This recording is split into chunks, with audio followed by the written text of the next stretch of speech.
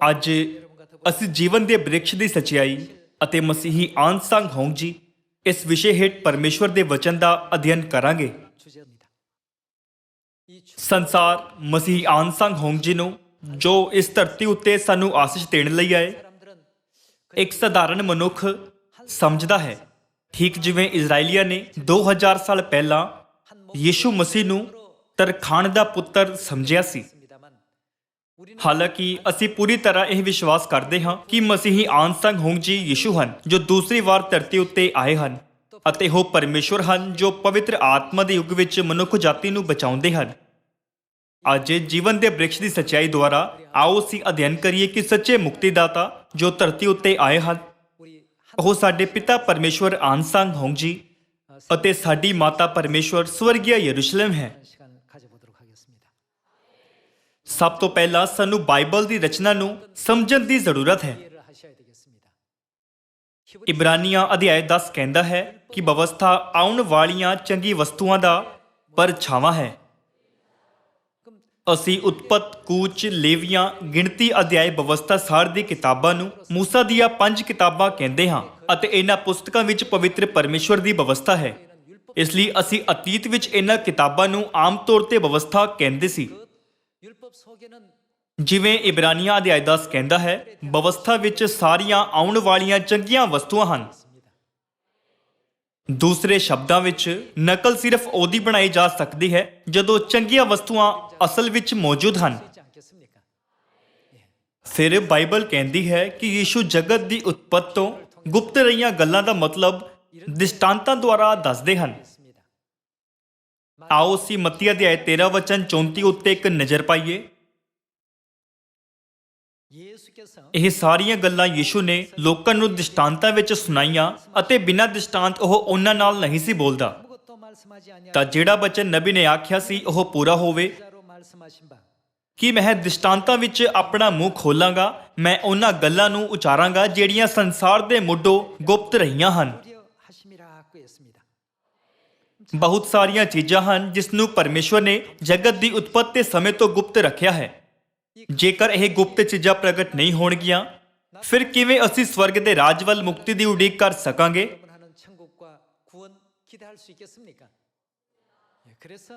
ਇਸ ਕਾਰਨ ਕਰਕੇ ਮਸੀਹ ਆਏ ਅਤੇ ਦ੍ਰਿਸ਼ਟਾਂਤਾਂ ਦੁਆਰਾ, ਭੇਤਾਂ ਦੁਆਰਾ ਅਤੇ ਭਵਿੱਖਬਾਣੀਆਂ ਦੁਆਰਾ ਸਾਰੀਆਂ ਗੁਪਤ ਚੀਜ਼ਾਂ ਦੱਸੀਆਂ ਅਤੇ ਸਾਨੂੰ ਮਹਿਸੂਸ ਕਰਨ ਦਿੱਤੀਆਂ। ਮਤੀ ਅਧਿਆਇ 13 ਵਿੱਚ ਅਸੀਂ ਦੇਖ ਸਕਦੇ ਹਾਂ ਕਿ ਯਿਸੂ ਨੇ ਸੱਚਾਈ ਨੂੰ ਵਿਸਥਾਰ ਨਾਲ ਦੱਸਿਆ ਜੋ ਸਾਨੂੰ ਜਾਣਨਾ ਚਾਹੀਦਾ ਹੈ। ਜਦੋਂ ਜਗਤ ਦੀ ਉਤਪਤੀ ਦੀ ਗੱਲ ਆਉਂਦੀ ਹੈ ਫਿਰ ਉਤਪਤੀ ਦੀ ਕਿਤਾਬ ਵਿੱਚ ਉਸ ਦੇ ਬਾਰੇ ਦਸਤਾਵੇਜ਼ ਹਨ। ਫਿਰ ਆਓ ਅਸੀਂ ਲੱਭੀਏ ਕਿ ਪਰਮੇਸ਼ਵਰ ਨੇ ਜਗਤ ਦੀ ਉਤਪਤ ਤੋਂ ਕੀ ਗੁਪਤ ਰੱਖਿਆ ਹੈ।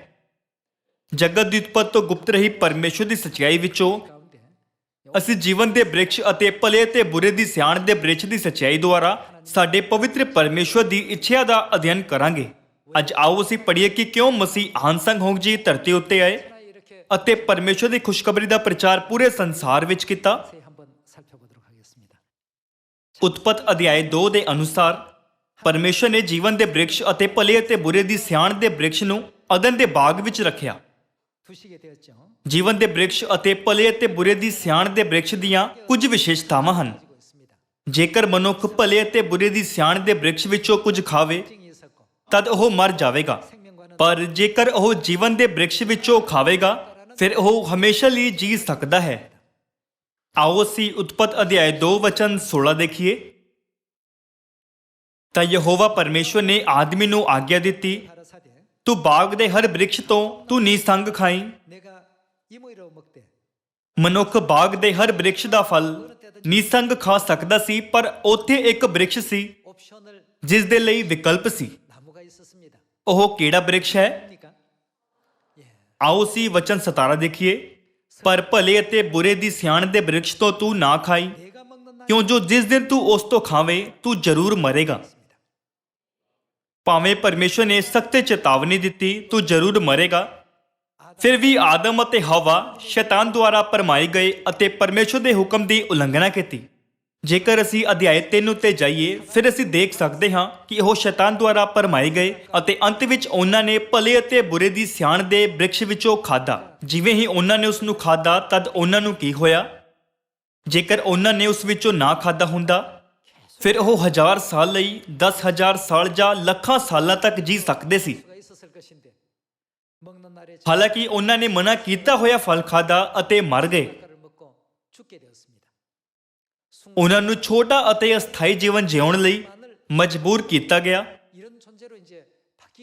ਫਿਰ ਆਦਮ ਅਤੇ ਹਵਾ ਲਈ, ਜਿਨ੍ਹਾਂ ਨੇ ਭਲੇ ਅਤੇ ਬੁਰੇ ਦੀ ਸਿਆਣ ਦੇ ਬ੍ਰਿਕਸ਼ ਵਿੱਚੋਂ ਖਾ ਕੇ ਪਾਪ ਕੀਤਾ, ਸਦੀਪਕ ਜੀਵਨ ਪਾਉਣ ਦਾ ਕੋਈ ਮੌਕਾ ਨਹੀਂ ਹੈ। ਕਿ ਸਦੀਪਕ ਜੀਵਨ ਦੇ ਰਾਹ ਨੂੰ ਦੁਬਾਰਾ ਸਥਾਪਿਤ ਕਰਨ ਦਾ ਕੋਈ ਰਾਹ ਨਹੀਂ ਹੈ? ਹਾਂਜੀ, ਉਹ ਹੈ। ਆਓ ਅਸੀਂ ਉਤਪਤ ਅਧਿਆਇ 3 ਵਚਨ 22 ਦੇਖੀਏ। ਤਦ ਯਹੋਵਾ ਪਰਮੇਸ਼ਰ ਨੇ ਆਖਿਆ, ਵੇਖੋ ਆਦਮੀ ਭਲੇ ਬੁਰੇ ਦੀ ਸਿਆਣ ਵਿੱਚ ਸਾਡੇ ਵਿੱਚੋਂ ਇੱਕ ਵਰਗਾ ਹੋ ਗਿਆ। ਭਲੇ ਅਤੇ ਬੁਰੇ ਦੀ ਸਿਆਣ ਦੇ ਬ੍ਰਿਕਸ਼ ਵਿੱਚੋਂ ਖਾਣ ਤੋਂ ਬਾਅਦ ਹੁਣ ਅਜਿਹਾ ਨਾ ਹੋਵੇ ਕਿ ਉਹ ਆਪਣਾ ਹੱਥ ਵਧਾ ਕੇ ਜੀਵਨ ਦੇ ਬ੍ਰਿਕਸ਼ ਤੋਂ ਵੀ ਲੈ ਕੇ ਖਾਵੇ ਅਤੇ ਕੀ ਰਹੇ? ਸਦਾ ਜਿਉਂਦਾ ਰਹੇ। ਕੀ ਇਸ ਦਾ ਮਤਲਬ ਇਹ ਨਹੀਂ ਹੈ ਕਿ ਜੇਕਰ ਜੀਵਨ ਦੇ ਬ੍ਰਿਕਸ਼ ਵਿੱਚੋਂ ਖਾਣ ਉਦੋਂ ਹੀ ਉਹ ਹਮੇਸ਼ਾ ਲਈ ਜੀ ਸਕਦੇ ਹਨ? ਪਾਪੀ ਵੀ ਜਿਨ੍ਹਾਂ ਨੇ ਭਲੇ ਅਤੇ ਬੁਰੇ ਦੀ ਸਿਆਣ ਦੇ ਬ੍ਰਿਕਸ਼ ਵਿੱਚੋਂ ਖਾਧਾ ਸਿਰਫ ਉਦੋਂ ਹੀ ਹਮੇਸ਼ਾ ਲਈ ਜੀ ਸਕਦੇ ਹਨ ਜੇਕਰ ਉਹ ਜੀਵਨ ਦੇ ਬ੍ਰਿਕਸ਼ ਵਿੱਚੋਂ ਖਾਣ। ਹਾਲਾਂਕਿ ਜੀਵਨ ਦੇ ਰਾਹ ਦੀ ਰਾਖੀ ਕੌਣ ਕਰ ਰਿਹਾ ਹੈ? ਆਓ ਅਸੀਂ ਵਚਨ 23 ਦੇਖੀਏ। ਸੋ ਯਹੋਵਾ ਪਰਮੇਸ਼ਰ ਨੇ ਉਹਨੂੰ ਅਦਨ ਦੇ ਬਾਗੋਂ ਕੱਢ ਦਿੱਤਾ ਤਾਂ ਜੋ ਉਹ ਉਸ ਜ਼ਮੀਨ ਨੂੰ ਵਾਹੇ ਜਿਸ ਤੋਂ ਉਹ ਕੱਢਿਆ ਗਿਆ ਸੀ। ਸੋ ਉਸਨੇ ਆਦਮੀ ਨੂੰ ਕੱਢ ਦਿੱਤਾ ਅਤੇ ਉਸਨੇ ਅਦਨ ਦੇ ਬਾਗ ਦੇ ਚੜ੍ਹਦੇ ਪਾਸੇ ਦੂਤਾਂ ਨੂੰ ਅਤੇ ਚੌਪਾਸੇ ਘੁੰਮਣ ਵਾਲੇ ਖੰਡੇ ਦੀ ਲਸ਼ਕ ਨੂੰ ਰੱਖਿਆ ਤਾਂ ਜੋ ਉਹ ਜੀਵਨ ਦੇ ਬ੍ਰਿਕਸ਼ ਦੇ ਰਾਹ ਦੀ ਰਾਖੀ ਕਰਨ। ਪਰਮੇਸ਼ਰ ਨੇ ਜੀਵਨ ਦੇ ਬ੍ਰਿਕਸ਼ ਦੇ ਰਾਹ ਦੀ ਰਾਖੀ ਕਰਨ ਲਈ ਦੂਤਾਂ ਨੂੰ ਅਤੇ ਚੌਪਾਸੇ ਘੁੰਮਣ ਵਾਲੇ ਖੰਡੇ ਦੀ ਲਸ਼ਕ ਨੂੰ ਨਿਯੁਕਤ ਕੀਤਾ ਤਾਂ ਜੋ ਪਾਪੀ ਜੀਵਨ ਦੇ ਬ੍ਰਿਕਸ਼ ਦੇ ਕੋਲ ਨਾ ਪਹੁੰਚ ਸਕਣ। ਇਸ ਤਰ੍ਹਾਂ ਉਤਪਤ ਅਧਿਆਇ 3 ਵਿੱਚ ਪਰਮੇਸ਼ਰ ਨੇ ਪਰਛਾਵੇਂ ਦੇ ਰੂਪ ਵਿੱਚ ਜੀਵਨ ਦੇ ਬ੍ਰਿਕਸ਼ ਨੂੰ ਦਿਖਾਇਆ ਹੈ। ਅੱਜ ਸੰਸਾਰ ਦੇ ਸਭ ਲੋਕ ਕਹਿੰਦੇ ਹਨ ਕਿ ਅਸੀਂ ਪਾਪੀ ਬਣ ਗਏ ਕਿਉਂਕਿ ਅਸੀਂ ਅਸਲੀ ਪਾਪ ਨੂੰ ਵਿਰਾਸਤ ਵਿੱਚ ਪ੍ਰਾਪਤ ਕੀਤਾ ਜੋ ਆਦਮ ਅਤੇ ਹਵਾ ਨੇ ਭਲੇ ਅਤੇ ਬੁਰੇ ਦੀ ਸਿਆਣ ਦੇ ਬ੍ਰਿਕਸ਼ ਵਿੱਚੋਂ ਖਾ ਕੇ ਕੀਤਾ। ਭਾਵੇਂ ਲੋਕ ਜਾਣਦੇ ਹਨ ਕਿ ਆਦਮ ਅਤੇ ਹਵਾ ਨੇ ਭਲੇ ਅਤੇ ਬੁਰੇ ਦੀ ਸਿਆਣ ਦੇ ਬ੍ਰਿਕਸ਼ ਵਿੱਚੋਂ ਖਾਧਾ, ਪਰ ਉਹ ਨਹੀਂ ਜਾਣਦੇ ਕਿ ਕਿਵੇਂ ਜੀਵਨ ਦੇ ਬ੍ਰਿਕਸ਼ ਵਿੱਚੋਂ ਖਾ ਸਕਦੇ ਹਨ। ਅਸੀਂ ਕਿਵੇਂ ਜੀਵਨ ਦੇ ਬ੍ਰਿਕਸ਼ ਵਿੱਚੋਂ ਖਾ ਸਕਦੇ ਹਾਂ? ਇਸ ਧਰਤੀ ਉੱਤੇ ਜੀਵਨ ਦਾ ਬ੍ਰਿਕਸ਼ ਕੀ ਹੈ? ਜੇਕਰ ਅਸੀਂ ਉਹਨਾਂ ਨੂੰ ਪੁੱਛੀਏ ਕਿ ਤੁਸੀਂ ਅਦਨ ਦੇ ਬਾਗ ਵਿੱਚ ਜੀਵਨ ਦਾ ਬ੍ਰਿਕਸ਼ ਜਾਣਦੇ ਹੋ, ਕਿਉਂਕਿ ਉਹਨਾਂ ਨੂੰ ਇਸ ਬਾਰੇ ਕੁਝ ਵੀ ਪਤਾ ਨਹੀਂ ਹੈ, ਤਾਂ ਉਹ ਕੀ ਜਵਾਬ ਦਿੰਦੇ ਹਨ? ਖੈਰ, ਮੈਂ ਜਾਣਦਾ ਹਾਂ ਕਿ ਆਦਮ ਅਤੇ ਹਵਾ ਨੇ ਭਲੇ ਅਤੇ ਬੁਰੇ ਦੀ ਸਿਆਣ ਦੇ ਬ੍ਰਿਕਸ਼ ਵਿੱਚੋਂ ਖਾਧਾ, ਪਰ ਕੀ ਉੱਥੇ ਜੀਵਨ ਦਾ ਬ੍ਰਿਕਸ਼ ਵੀ ਹੈ? ਇਹ ਬਹੁਤ ਹੀ ਮਹੱਤਵਪੂਰਨ ਹਿੱਸਾ ਹੈ। ਸਭ ਲੋਕ ਮੌਤ ਦੀਆਂ ਜੰਜੀਰਾਂ ਵਿੱਚ ਅਪਾਹਿਜ ਹਨ। ਇੱਕ ਵਾਰ ਲੋਕ ਜਨਮ ਲੈਂਦੇ ਹਨ, ਫਿਰ ਉਹ ਮਰ ਜਾਂਦੇ ਹਨ ਕਿਉਂਕਿ ਭਲੇ ਅਤੇ ਬੁਰੇ ਦੀ ਸਿਆਣ ਦੇ ਬ੍ਰਿਕਸ਼ ਵਿੱਚੋਂ ਖਾਣ ਦਾ ਅਸਲੀ ਪਾਪ ਸਭ ਮਨੁੱਖਾਂ ਨੂੰ ਸੌਂਪਿਆ ਗਿਆ ਹੈ। ਤਾਂ ਫਿਰ ਅਸੀਂ ਕਿਵੇਂ ਜੀਵਨ ਦੇ ਬ੍ਰਿਕਸ਼ ਵਿੱਚੋਂ ਖਾ ਸਕਦੇ ਹਾਂ ਅਤੇ ਜੀਵਨ ਦੇ ਬ੍ਰਿਕਸ਼ ਦੀ ਅਸਲੀਅਤ ਕੀ ਹੈ? ਬਾਈਬਲ ਕਹਿੰਦੀ ਹੈ ਕਿ ਕੋਈ ਵਚਨ ਬਿਨਾਂ ਜੋੜੇ ਨਹੀਂ ਹੋਵੇਗਾ। ਹੁਣ ਤੋਂ ਆਓ ਅਸੀਂ ਪਰਛਾਵੇਂ ਦੇ ਜੋੜੇ ਨੂੰ ਲੱਭੀਏ ਅਤੇ ਦੇਖੀਏ ਉਸ ਦੀ ਅਸਲੀਅਤ ਕੀ ਹੈ। ਪੁਰਾਣੇ ਨੇਮ ਵਿੱਚ ਪ੍ਰਗਟ ਹੋਏ ਜੀਵਨ ਦੇ ਬ੍ਰਿਕਸ਼ ਵਿੱਚੋਂ ਜੇਕਰ ਅਸੀਂ ਖਾਈਏ ਫਿਰ ਅਸੀਂ ਸਦੀਪਕ ਜੀਵਨ ਪਾ ਸਕਦੇ ਹਾਂ। ਭਲੇ ਅਤੇ ਬੁਰੇ ਦੀ ਸਿਆਣ ਦੇ ਬ੍ਰਿਕਸ਼ ਵਿੱਚੋਂ ਖਾਣ ਤੋਂ ਬਾਅਦ ਮਰਨ ਲਈ ਨਿਯੁਕਤ ਮਨੁੱਖ ਜਾਤੀ ਕੋਲ ਜਿਉਣ ਲਈ ਸਿਰਫ ਇੱਕ ਹੀ ਰਾਹ ਹੈ, ਉਹ ਜੀਵਨ ਦੇ ਬ੍ਰਿਕਸ਼ ਵਿੱਚੋਂ ਖਾਣਾ ਹੈ। ਜੀਵਨ ਦੇ ਬ੍ਰਿਕਸ਼ ਵਿੱਚੋਂ ਖਾਣਾ। ਜੇਕਰ ਕੋਈ ਲੋਕਾਂ ਨੂੰ ਜੀਵਨ ਦੇ ਬ੍ਰਿਕਸ਼ ਵਿੱਚੋਂ ਖਾਣ ਦਾ ਰਾਹ ਜਾਣਨ ਦਿੰਦਾ ਹੈ ਫਿਰ ਇਹ ਬਹੁਤ ਚੰਗੀ ਅਤੇ ਧੰਨ ਖਬਰ ਹੋਵੇਗੀ। ਹਾਲਾਂਕਿ ਉਸ ਰਾਹ ਨੂੰ ਬੰਦ ਕਰਨ ਦਾ ਹੁਕਮ ਕਿਸਨੇ ਦਿੱਤਾ? ਪਰਮੇਸ਼ਵਰ ਨੇ। ਪਰਮੇਸ਼ਵਰ ਨੇ ਹੁਕਮ ਦਿੱਤਾ, ਜੀਵਨ ਦੇ ਬ੍ਰਿਕਸ਼ ਦੇ ਸਭ ਰਾਹ ਬੰਦ ਕਰ ਦਿਓ ਤਾਂ ਜੋ ਪਾਪੀ ਉਸ ਕੋਲ ਕਦੇ ਨਾ ਆ ਸਕਣ। ਫਿਰ ਦੂਤ ਜਿਨ੍ਹਾਂ ਨੇ ਹੁਕਮ ਪਾਇਆ ਉਹ ਖੰਡੇ ਦੀ ਲਸ਼ਕ ਨਾਲ ਰਾਹ ਦੀ ਰਾਖੀ ਕਰ ਰਹੇ ਹਨ।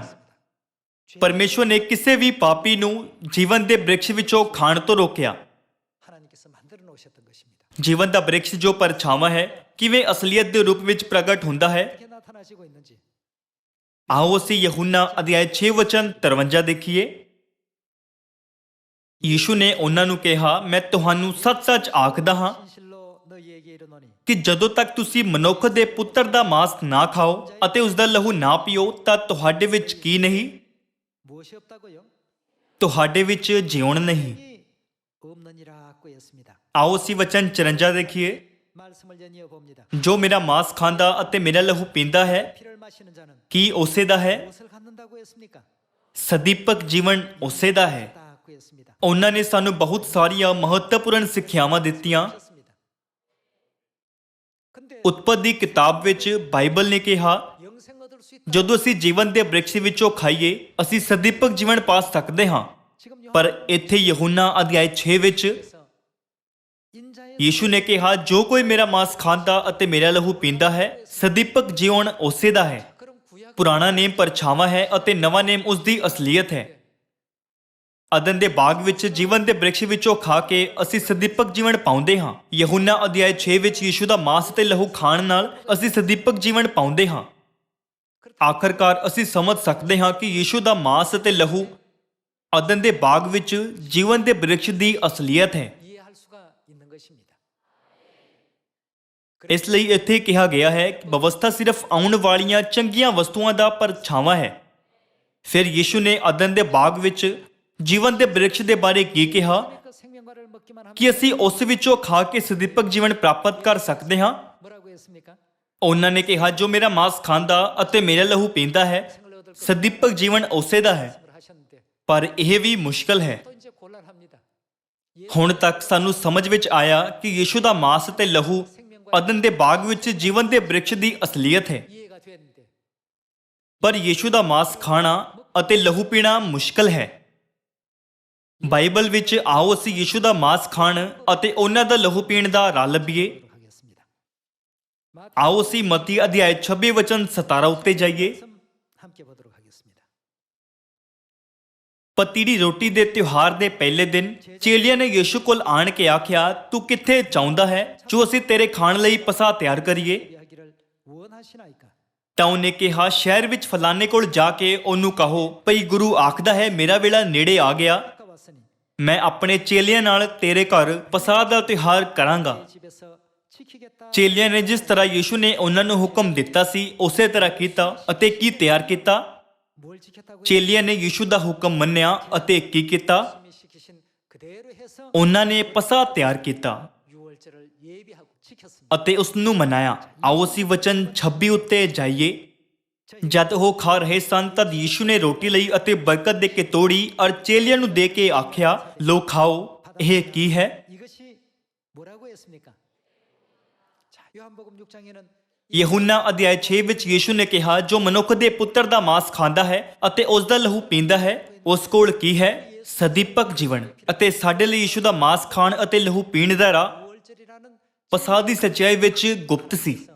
감춰두셨던 것입니다. ਪਸਾਹ ਦੀ ਰੋਟੀ ਨੂੰ ਆਸ਼ੀਸ਼ ਦੇਣ ਤੋਂ ਬਾਅਦ ਯੀਸ਼ੂ ਨੇ ਕੀ ਕਿਹਾ? 그리고 뭐라고 했습니까? ਉਹਨਾਂ ਨੇ ਕਿਹਾ ਇਹ ਮੇਰਾ ਸਰੀਰ ਹੈ, ਦੂਸਰੇ ਸ਼ਬਦਾਂ ਵਿੱਚ ਇਹ ਮੇਰਾ ਮਾंस ਹੈ। 절입니다. ਅਤੇ ਵਚਨ 27 ਫਿਰ ਉਸਨੇ ਪਿਆਲਾ ਲੈ ਕੇ ਧੰਨਵਾਦ ਕੀਤਾ, ਉਸਨੇ ਦਾਖਰਸ ਦਾ ਪਿਆਲਾ ਲਿਆ 사례하시고 ਅਤੇ ਧੰਨਵਾਦ ਕੀਤਾ ਅਤੇ ਉਹਨਾਂ ਨੂੰ ਦੇ ਕੇ ਆਖਿਆ 이것을 마시라. 이것은 ਤੁਸੀਂ ਸਾਰੇ ਇਸ ਵਿੱਚੋਂ ਪੀਓ, 얻게 ਇਹ ਕਿਸ ਦਾ ਲਹੂ ਹੈ?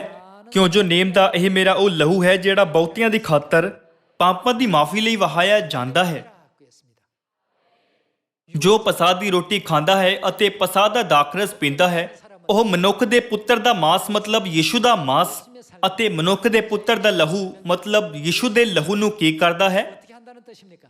ਉਹ ਉਹਨਾਂ ਨੂੰ ਖਾਂਦਾ ਅਤੇ ਪੀਂਦਾ ਹੈ। ਅਤੇ ਜਦੋਂ ਤੁਸੀਂ ਯੀਸ਼ੂ ਦਾ ਮਾंस ਖਾਂਦੇ ਅਤੇ ਉਸ ਦਾ ਲਹੂ ਪੀਂਦੇ ਹੋ ਫਿਰ ਤੁਹਾਡੇ ਕੋਲ ਕੀ ਹੁੰਦਾ ਹੈ? ਤੁਹਾਡੇ ਕੋਲ ਸਦੀਪਕ ਜੀਵਨ ਹੁੰਦਾ ਹੈ। ਇਸ ਲਈ ਪਸਾਹ ਨੂੰ ਮਨਾਉਣ ਤੋਂ ਪਹਿਲਾਂ ਸਾਡੇ ਸਭ ਪਿਛਲੇ ਪਾਪਾਂ ਨੂੰ ਮਾਫ ਕਰਨ ਲਈ 지난날에 ਪਰਮੇਸ਼ਵਰ ਨੇ ਸਾਨੂੰ ਬਪਤਿਸਮਾ ਲੈਣ ਦੀ ਇਜਾਜ਼ਤ ਦਿੱਤੀ 생명과 ਅਤੇ ਜੀਵਨ ਦੇ ਬ੍ਰਿਕਸ਼ ਦਾ ਰਾਹ ਖੋਲ ਦਿੱਤਾ ਤਾਂ ਜੋ ਅਸੀਂ ਉਸ ਰਾਹ ਉੱਤੇ ਚੱਲ ਸਕੀਏ। ਦੂਸਰੇ ਸ਼ਬਦਾਂ ਵਿੱਚ ਪਸਾ ਮਨਾਉਣ ਦੀ ਸੱਚਾਈ ਦਾ ਮਤਲਬ ਹੈ 하고 있다라고 하는 것 ਕਿ ਅਸੀਂ ਪਰਮੇਸ਼ਵਰ ਦੀ ਇਜਾਜ਼ਤ ਨਾਲ ਜੀਵਨ ਦੇ ਬ੍ਰਿਕਸ਼ ਵੱਲ ਜਾ ਸਕਦੇ ਹਾਂ, 생명과의 ਹੈ ਨਾ? 그런 의미가 아니겠습니까? ਜਦੋਂ ਯੀਸ਼ੂ ਧਰਤੀ ਉੱਤੇ ਪਹਿਲੀ ਵਾਰ ਆਏ 그때도 예수님께서 ਤਦ ਉਹਨਾਂ ਦਾ ਉਦੇਸ਼ ਜੀਵਨ ਦੇਣਾ ਸੀ। 실어 이 땅에 오셨습니다. ਫਿਰ ਕਿ ਯੀਸ਼ੂ ਇਸ ਧਰਤੀ ਉੱਤੇ ਜਦੋਂ ਪਹਿਲੀ ਵਾਰ ਆਏ 생명과의 진리를 ਤਦ ਕੀ ਉਹ ਸੱਚਮੁੱਚ ਜੀਵਨ ਦੇ ਬ੍ਰਿਕਸ਼ ਦੀ ਸੱਚਾਈ ਪਸਾ ਨਾਲ ਆਏ? 하셨는가? ਆਓ ਅਸੀਂ ਇਕੱਠੇ ਯਹੂਨਾ ਅਧਿਆਇ 10 ਵਚਨ 10 ਦੇਖੀਏ। ਚੋਰ ਨਹੀਂ ਆਉਂਦਾ ਪਰ ਇਸ ਲਈ ਜੋ ਚੁਰਾਵੇ ਅਰ ਵੱਡੇ ਅਤੇ ਨਾਸ ਕਰੇ। 멸망시키려는 것뿐이요. ਮੈਂ ਇਸ ਲਈ ਆਇਆ। ਦੂਸਰੇ ਸ਼ਬਦਾਂ ਵਿੱਚ 이 땅에 오신 ਯੀਸ਼ੂ ਦੇ ਇਸ ਧਰਤੀ ਉੱਤੇ ਆਉਣ ਦਾ ਉਦੇਸ਼ ਹੈ ਕਿ ਉਹ ਇੱਥੇ ਉਹਨਾਂ ਭੇਡ 을 뜻하지요. ਮਤਲਬ ਪਰਮੇਸ਼ਵਰ ਦੇ ਲੋਕਾਂ ਨੂੰ ਦਰਸਾਉਂਦਾ ਹੈ ਨੂੰ ਜਿਉਣ ਮਿਲੇ ਸਗੋਂ ਚੋਖਾ ਮਿਲੇ। 얻게 하려 하는 것이라고 했습니다. ਫਿਰ ਅਦਨ ਦੇ ਬਾਗ ਵਿੱਚ ਭਲੇ ਅਤੇ ਬੁਰੇ ਦੀ ਸਿਆਣ ਦੇ ਬ੍ਰਿਕਸ਼ ਵਿੱਚੋਂ ਖਾਣ ਤੋਂ ਬਾਅਦ 죽게 된 ਮਰਨ ਵਾਲੀ ਮਨੁੱਖ ਜਾਤੀ ਨੂੰ ਜੀਵਨ ਦੇਣ ਲਈ ਪੱਕਾ ਹੀ ਜੀਵਨ ਦੇ ਬ੍ਰਿਕਸ਼ ਦੀ ਜ਼ਰੂਰਤ ਹੈ। 생명과가 반드시 필요했습니다. ਫਿਰ ਯੀਸ਼ੂ ਇਸ ਧਰਤੀ ਉੱਤੇ ਜਦੋਂ ਪਹਿਲੀ ਵਾਰ ਆਏ 그때 이 땅에 ਤਦ ਕੀ ਉਹਨਾਂ ਨੇ ਜੀਵਨ ਦਾ ਬ੍ਰਿਕਸ਼ ਲਿਆਂਦਾ? 오셨습니까? ਜਦੋਂ ਯੀਸ਼ੂ ਨੇ ਕਿਹਾ ਮੈਂ ਇਸ ਲਈ ਆਇਆ ਭਈ ਉਹਨਾਂ ਨੂੰ ਜਿਉਣ ਮਿਲੇ, ਉਦੋਂ ਉਹਨਾਂ ਦਾ ਮਤਲਬ ਸੀ ਕਿ ਉਹ ਜੀਵਨ ਦੇਣ ਲਈ ਆਏ। ਜੇਕਰ ਉਹ ਜੀਵਨ ਦੇਣ ਲਈ ਆਏ ਫਿਰ ਉਹਨਾਂ ਨੂੰ ਸਾਡੇ ਲਈ ਅਦਨ ਦੇ ਬਾਗ ਵਿੱਚੋਂ ਕੀ ਲਿਆਉਣਾ ਚਾਹੀਦਾ ਹੈ? ਉਹਨਾਂ ਨੂੰ ਸਾਡੇ ਲਈ ਜੀਵਨ ਦਾ ਬ੍ਰਿਕਸ਼ ਲਿਆਉਣਾ ਚਾਹੀਦਾ ਹੈ। ਫਿਰ ਜਦੋਂ ਜੀਵਨ ਦਾ ਬ੍ਰਿਕਸ਼ ਸੱਚਾਈ ਵਿੱਚ ਪ੍ਰਗਟ ਹੋਵੇਗਾ ਤਦ ਉਹ ਕਿਸ ਤਰ੍ਹਾਂ ਦੀ ਸੱਚਾਈ ਹੈ? ਜਦੋਂ ਯੀਸ਼ੂ ਪਹਿਲੀ ਵਾਰ ਧਰਤੀ ਉੱਤੇ ਆਏ ਸੀ ਫਿਰ ਕੀ ਉਹਨਾਂ ਨੇ ਨਵੇਂ ਨੇਮ ਦੇ ਪਸਾਹ ਦੀ ਸੱਚਾਈ ਨੂੰ ਲਿਆਂਦਾ ਜਾਂ ਨਹੀਂ? ਉਹਨਾਂ ਨੇ ਪਤਰਸ ਅਤੇ ਯਹੂਨਾ ਨੂੰ ਪਸਾ ਤਿਆਰ ਕਰਨ ਲਈ ਕਿਹਾ 시겠지 않습니까? ਅਤੇ ਉਹਨਾਂ ਨੇ ਪੈਰ ਧੋਣ ਦੀ ਵਿਧੀ ਨੂੰ ਵੀ ਆਯੋਜਿਤ ਕੀਤਾ। ਰੋਟੀ ਦਿੰਦੇ ਹੋਏ ਉਹਨਾਂ ਨੇ ਕਿਹਾ ਇਹ ਮੇਰਾ ਸਰੀਰ ਹੈ ਅਤੇ ਦਾਖਰਸ ਦਿੰਦੇ ਹੋਏ ਉਹਨਾਂ ਨੇ ਕਿਹਾ ਇਹ ਮੇਰਾ ਲਹੂ ਹੈ। ਇਹ ਕਿਹੜਾ ਦਿਨ ਸੀ? ਉਹ ਪਸਾਹ ਦਾ ਦਿਨ ਸੀ। 유월절을 통해 ਜਿਵੇਂ ਉਹਨਾਂ ਨੇ ਪਸਾ ਦੁਆਰਾ ਮਨੁੱਖ ਜਾਤੀ ਨੂੰ ਉਹਨਾਂ ਦਾ ਮਾਂਸ ਅਤੇ ਲਹੂ ਪ੍ਰਦਾਨ ਕੀਤਾ, ਉਹਨਾਂ ਨੇ ਕਿਹਾ ਜਦੋਂ ਤੱਕ ਤੁਸੀਂ ਮਨੁੱਖ ਦੇ ਪੁੱਤਰ ਦਾ ਮਾਂਸ ਨਾ ਖਾਓ ਅਤੇ ਉਸ ਦਾ ਲਹੂ ਨਾ ਪੀਓ 마시지 아니하면 ਤੁਹਾਡੇ ਵਿੱਚ ਜਿਉਣ ਨਹੀਂ। ਪਰ ਜੇਕਰ ਤੁਸੀਂ ਉਸ ਨੂੰ ਖਾਂਦੇ ਅਤੇ ਪੀਂਦੇ ਹੋ ਫਿਰ ਤੁਹਾਡੇ ਕੋਲ ਸਦੀਪਕ ਜਿਉਣ ਹੈ। 있게 될 것이다. ਇਹ ਕਿਸ ਦੀ ਸਿੱਖਿਆ ਹੈ? 신 가르침입니까? ਇਹ ਉਹ ਹੈ ਜਿਸ ਨੂੰ ਯੀਸ਼ੂ ਨੇ ਖੁਦ 2000 ਸਾਲ ਪਹਿਲਾਂ ਸਿਖਾਇਆ। 신 그 가르침이었습니다. ਅਦਨ ਦੇ ਬਾਗ ਵਿੱਚ ਪਾਪੀਆਂ ਲਈ ਜੀਵਨ ਦੇ ਬ੍ਰਿਕਸ਼ ਦੀ ਇਜਾਜ਼ਤ ਨਹੀਂ ਸੀ। 인류에게 ਹਾਲਾਂਕਿ ਜਦੋਂ ਯੀਸ਼ੂ ਪਹਿਲੀ ਵਾਰ ਆਏ ਤਦ ਉਹਨਾਂ ਨੇ ਨਵੇਂ ਨੇਮ ਦੇ ਪਸਾਹ ਨਾਲ ਸਾਨੂੰ ਸਦੀਪਕ ਜੀਵਨ ਦੇਣ ਲਈ ਜੀਵਨ ਦੇ ਬ੍ਰਿਕਸ਼ ਦੇ ਰਾਹ ਨਾਲ ਕੀ ਕੀਤਾ? 그래서 어떻게 하셨다는 ਉਹਨਾਂ ਨੇ ਜੀਵਨ ਦੇ ਬ੍ਰਿਕਸ਼ ਦਾ ਰਾਹ ਖੋਲ੍ਹਿਆ। 그러니까 베드로도 ਪਤਰਸ, ਯਹੂਨਾ, ਦੂਸਰੇ ਚੇਲੇ ਅਤੇ ਪਹਿਲੇ ਚਰਚ ਦੇ ਸਭ ਮੈਂਬਰਾਂ ਨੇ ਪਸਾ ਮਨਾਇਆ। 그러나 ਕੀ ਸ਼ੈਤਾਨ ਚਾਹੇਗਾ ਕਿ ਸਭ ਮਨੁੱਖ ਜਾਤੀ ਮੁਕਤੀ ਪ੍ਰਾਪਤ ਕਰੇ? 원할까요? ਨਹੀਂ, 사단은 ਸ਼ੈਤਾਨ ਕਦੇ ਨਹੀਂ ਚਾਹੇਗਾ। 아주 간교한 ਸ਼ੈਤਾਨ ਨੇ ਚਲਾਕੀ ਨਾਲ ਅਤੇ ਧੋਖੇ ਦੁਆਰਾ 모략으로 ਪਸਾਹ ਦੀ ਕੀਮਤੀ ਸੱਚਾਈ ਨੂੰ ਨਸ਼ਟ ਕਰਨ ਦੀ ਸ਼ੁਰੂਆਤ ਕੀਤੀ। 없애기 시작했습니다. 155 ਈਸਵੀ ਦੇ ਆਸ-ਪਾਸ ਪੂਰਬੀ ਚਰਚ ਦਾ ਪ੍ਰਤੀਨਿਧੀ ਪੌਲੀਕਾਰਪ ਅਤੇ 그랬던 ਪੱਛਮੀ ਚਰਚ ਅਰਥਾਤ ਰੋਮਨ ਚਰਚ ਦਾ ਪੌਪ 로마 ਐਨਿਕਟਸ ਵਿਚਕਾਰ ਪਸਾਹ ਦੇ ਤਿਉਹਾਰ ਨੂੰ ਲੈ ਕੇ ਵਿਵਾਦ ਹੋਇਆ। 유월절에 대한 이 날 ਇੱਕ ਪੱਖ ਨੇ ਦਲੀਲ ਪ੍ਰਗਟ ਕੀਤੀ ਕਿ ਹਫ਼ਤੇ ਦਾ ਦਿਨ ਮਹੱਤਵਪੂਰਨ ਹੈ ਅਤੇ ਐਤਵਾਰ ਉੱਤੇ ਜ਼ੋਰ ਦਿੱਤਾ 한쪽에서 ਅਤੇ ਦੂਸਰੇ ਨੇ ਕਿਹਾ ਸਭ ਕੁਝ ਪਸਾਹ ਤੋਂ ਸ਼ੁਰੂ ਹੋਣਾ ਚਾਹੀਦਾ ਹੈ। 부터 모든 것이 ਪਰ ਨਾ ਹੀ ਪੌਲੀਕਾਰਪ ਅਤੇ ਨਾ ਹੀ ਐਨਿਕਟਸ ਇੱਕ ਦੂਸਰੇ ਨਾਲ ਸਹਿਮਤ ਸੀ ਅਤੇ ਉਹਨਾਂ ਨੇ ਸਵਾਲ ਨੂੰ ਬਿਨਾਂ ਸੁਲਝਾਏ ਛੱਡ ਦਿੱਤਾ। ਫਿਰ ਉਹਨਾਂ ਨੇ ਚਲਾਕੀ ਨਾਲ 157 ਈਸਵੀ ਦੇ ਆਸ-ਪਾਸ ਇਸ ਵਿਵਾਦ ਨੂੰ ਫਿਰ ਤੋਂ ਲਿਆਂਦਾ। 그 당시에는 ਉਸ ਸਮੇਂ ਪੂਰਬੀ ਚਰਚ ਦੇ ਪੌਲੀਕ੍ਰੇਟਸ 또 로마를 중심으로 ਅਤੇ ਪੱਛਮੀ ਚਰਚ ਤੋਂ ਬਿਸ਼ਪ ਵਿਕਟਰ ਇਸ ਬਾਰੇ ਫਿਰ ਤੋਂ ਬਹਿਸ ਕਰਨ ਲੱਗੇ। ਜਦੋਂ ਉਹ ਚਰਚਾ ਕਰ ਰਹੇ ਸੀ ਕਿ ਉਹਨਾਂ ਨੂੰ ਪਸਾ ਰੱਖਣ ਦੀ ਜ਼ਰੂਰਤ ਹੈ ਜਾਂ ਨਹੀਂ, ਉਦੋਂ ਉਹਨਾਂ ਨੇ ਈਸਟਰ ਦੀ ਤਾਰੀਖ ਦਾ ਜ਼ਿਕਰ ਕੀਤਾ ਅਤੇ ਇਹ ਪਸਾ ਨੂੰ ਨਸ਼ਟ ਕਰਨ ਦਾ ਬਹੁਤ ਹੀ ਚਲਾਕ ਤਰੀਕਾ ਸੀ। 아주 교묘한 방법입니다. ਇਹ ਇੱਕ ਕਹਾਵਤ ਹੈ, ਇੱਕ ਨੂੰ ਦੇਖੋ ਅਤੇ ਦੂਸਰੇ ਨੂੰ ਛੱਡੋ। ਇਹ ਸਪਸ਼ਟ ਰੂਪ ਨਾਲ ਇੱਕ ਚੀਜ਼ ਲਈ ਇਰਾਦਾ ਕਰਨਾ ਹੈ ਪਰ ਅਸਲ ਵਿੱਚ ਕੁਝ ਵੱਖਰਾ ਲੱਭਣਾ ਹੈ। ਇਹ ਕਿਤੇ ਹੋਰ ਧਿਆਨ ਲਗਾਉਣਾ ਹੈ ਤਾਂ ਜੋ ਮਹੱਤਵਪੂਰਨ ਸਥਾਨ ਹਮਲਿਆਂ ਖਿਲਾਫ ਤਿਆਰੀ ਵਿੱਚ ਅਣਗਹਿਲਿਆ ਜਾ ਸਕੇ। 197년 197 ਈਸਵੀ ਵਿੱਚ ਪੌਲੀਕ੍ਰੇਟਸ ਅਤੇ ਵਿਕਟਰ ਵਿਚਕਾਰ ਗੰਭੀਰ ਬਹਿਸ ਹੋਈ ਸੀ 에서도 ਪਰ ਉਹ ਕੁਝ ਵੀ ਹੱਲ ਨਹੀਂ ਕਰ ਸਕੇ। 그러니까 이건 역시도 또 나중에는 ਫਿਰ ਸਮਾਂ ਬੀਤ ਗਿਆ ਅਤੇ ਆਖਰ ਵਿੱਚ 325 ਈਸਵੀ ਵਿੱਚ ਸਮਰਾਟ ਕੌਂਸਟੈਂਟੀਨ ਨੇ 325년 ਨਿਕਿਆ ਦੀ ਪਰਿਸ਼ਦ ਆਯੋਜਿਤ ਕੀਤਾ 콘스탄틴 ਬੇਸ਼ੱਕ ਰੋਮਨ ਪੋਪ ਨੇ ਧਾਰਮਿਕ ਪਰਿਸ਼ਦ ਵਿੱਚ ਹਿੱਸਾ ਲਿਆ। 로마 교황청이 ਉਸ ਸਮੇਂ ਉਹਨਾਂ ਨੇ ਜਿਵੇਂ ਇਰਾਦਾ ਕੀਤਾ ਉਸੇ ਤਰ੍ਹਾਂ ਐਤਵਾਰ ਨੂੰ ਈਸਟਰ ਮਨਾਉਣ ਦੀ ਰੀਤੀ ਲਾਗੂ ਕੀਤੀ। 부활절 날짜는 일요일에 ਉਹਨਾਂ ਨੇ ਜ਼ੋਰ ਦਿੱਤਾ ਕਿ ਪਸਾ ਯਹੂਦੀਆਂ ਦੁਆਰਾ ਮਨਾਇਆ ਜਾਣ ਵਾਲਾ ਪਰਵ ਹੈ ਅਤੇ ਅੰਤ ਵਿੱਚ ਪਸਾ ਨਸ਼ਟ ਕਰ ਦਿੱਤਾ। 6월절이라는 이 진리의 제도는 없애버리게 된 것입니다. ਯੀਸ਼ੂ ਦੁਆਰਾ ਸਿਖਾਏ ਗਏ ਰਸੂਲਾਂ ਦੇ ਬਹੁਤ ਸਾਰੇ ਚੇਲੇ ਸੀ। 사도들에 의해서 많은 ਉਹਨਾਂ ਨੇ ਲਗਾਤਾਰ ਕਿਹਾ, 사람들인데 그들은 ਸਾਨੂੰ ਰਸੂਲਾਂ ਨੇ ਸਿਖਾਇਆ ਹੈ, 우리는 주님 ਜਿਨ੍ਹਾਂ ਨੇ ਸਿੱਧੇ ਪ੍ਰਭੂ ਤੋਂ ਸਿੱਖਿਆ ਪ੍ਰਾਪਤ ਕੀਤੀ ਹੈ। 받았는데 네 ਅਸੀਂ ਹੁਣ ਵੀ ਸਿੱਖਦੇ ਹਾਂ 6월절을 ਕਿ ਸਾਨੂੰ ਨਿਸਾਨ ਮਹੀਨੇ ਦੇ 14ਵੇਂ ਦਿਨ ਨੂੰ 지금까지도 ਪਸਾ ਮਨਾਉਣਾ ਚਾਹੀਦਾ ਹੈ ਅਤੇ ਇਸ ਨੂੰ ਮਨਾਉਂਦੇ ਹਾਂ। 라고 하는 이와 같은 것 ਇਸ ਤਰ੍ਹਾਂ ਦੇ ਪੱਤਰ ਲੱਭੇ ਗਏ ਹਨ ਅਤੇ ਉਹ ਹੁਣ ਵੀ ਰਿਕਾਰਡ ਦੇ ਰੂਪ ਵਿੱਚ ਈਸਾਈ ਇਤਿਹਾਸ ਵਿੱਚ ਹਨ। 그런 것이 다 기록에 남아 있습니다. 6월절 ਜੇਕਰ ਪਸਾ ਨਸ਼ਟ ਹੋਇਆ ਤਦ ਇਸ ਦਾ ਮਤਲਬ ਹੈ ਕਿ ਉਹ ਸੱਚਾਈ ਜੋ ਸਾਨੂੰ ਯੀਸ਼ੂ ਦਾ ਮਾਂਸ ਖਾਣ ਅਤੇ ਲਹੂ ਪੀਣ ਲਈ ਸਫਲ ਬਣਾਉਂਦੀ ਹੈ 이 땅에서 ਧਰਤੀ ਉੱਤੋਂ ਅਲੋਪ ਹੋ ਗਈ ਹੈ ਨਾ। 알겠습니까? ਉਸ ਸਮੇਂ ਤੋਂ ਮਨੁੱਖ ਜਾਤੀ ਲਈ ਲੰਬੇ ਸਮੇਂ ਤੱਕ ਹਨੇਰੇ ਨਾਲ ਭਰਿਆ ਯੁੱਗ ਆ ਗਿਆ। 먹기가 이제 오게 된 것입니다. ਸ਼ਬਦ ਹਨੇਰੇ ਦਾ ਮਤਲਬ ਹੈ ਚਾਨਣ ਨਹੀਂ ਹੈ। ਹਨੇਰੇ ਨਾਲ ਭਰੇ ਯੁੱਗ ਦੇ ਦੌਰਾਨ ਕੋਈ ਸੱਚਾਈ ਅਤੇ ਪਰਮੇਸ਼ਰ ਉੱਤੇ ਕੋਈ ਵਿਸ਼ਵਾਸ ਨਹੀਂ ਸੀ। ਜੇਕਰ ਪਰਮੇਸ਼ਰ ਇਸ ਧਰਤੀ ਉੱਤੇ ਆਉਂਦੇ ਹਨ ਜਿੱਥੇ ਲੰਬੇ ਸਮੇਂ ਤੋਂ ਕੋਈ ਸੱਚਾਈ ਜਾਂ ਕੋਈ ਵਿਸ਼ਵਾਸੀ ਨਹੀਂ ਹੈ, ਫਿਰ ਕੌਣ ਬਚਾਇਆ ਜਾਵੇਗਾ?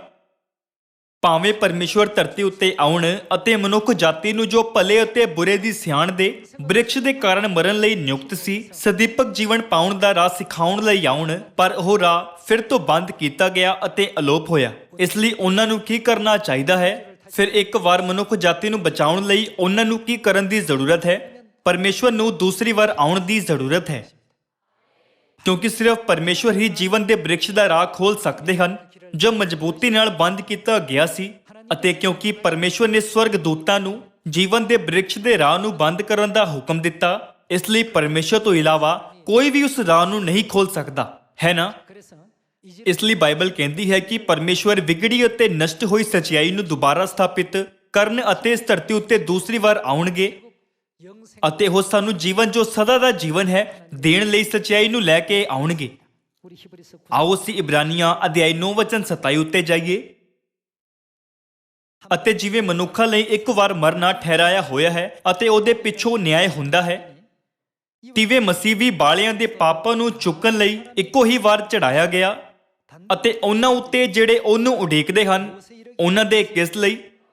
ਪਾਪ ਦੇ ਕੰਮ ਤੋਂ ਅੱਡ ਹੋ ਕੇ 죄와 상관 ਮੁਕਤੀ ਲਈ ਕਿਹੜੀ ਵਾਰ? 하는 자들에게 ਦੂਈ ਵਾਰ ਪ੍ਰਗਟ ਹੋਵੇਗਾ। 하신다고 했습니까?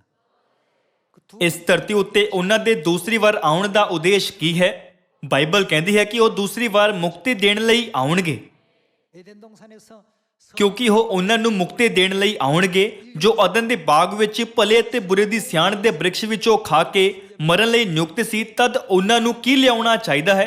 가지고 오셔야 되겠습니까? ਸਿਰਫ ਉਦੋਂ ਹੀ ਜਦੋਂ ਉਹ ਸਾਨੂੰ ਜੀਵਨ ਦੇ ਬ੍ਰਿਕਸ਼ ਵਿੱਚੋਂ ਖਾਣ ਲਈ ਦੇਣਗੇ ਅਸੀਂ ਪਾਪਾਂ ਤੋਂ ਛੁਟਕਾਰਾ ਪਾਵਾਂਗੇ, ਹੈ ਨਾ। 아니 그렇습니까? ਜਦੋਂ ਤੱਕ ਉਹ ਜੀਵਨ ਦਾ ਬ੍ਰਿਕਸ਼ ਨਹੀਂ ਲਿਆਉਂਦੇ ਅਸੀਂ ਬਚਾਏ ਨਹੀਂ ਜਾ ਸਕਦੇ। 주어질 수가 없을 것입니다. ਜੀਵਨ ਦਾ ਬ੍ਰਿਕਸ਼ ਕਿਹੜੀ ਸੱਚਾਈ ਦੇ ਰੂਪ ਵਿੱਚ ਪ੍ਰਗਟ ਹੋਇਆ ਹੈ? ਪਸਾਹ ਦੀ ਸੱਚਾਈ।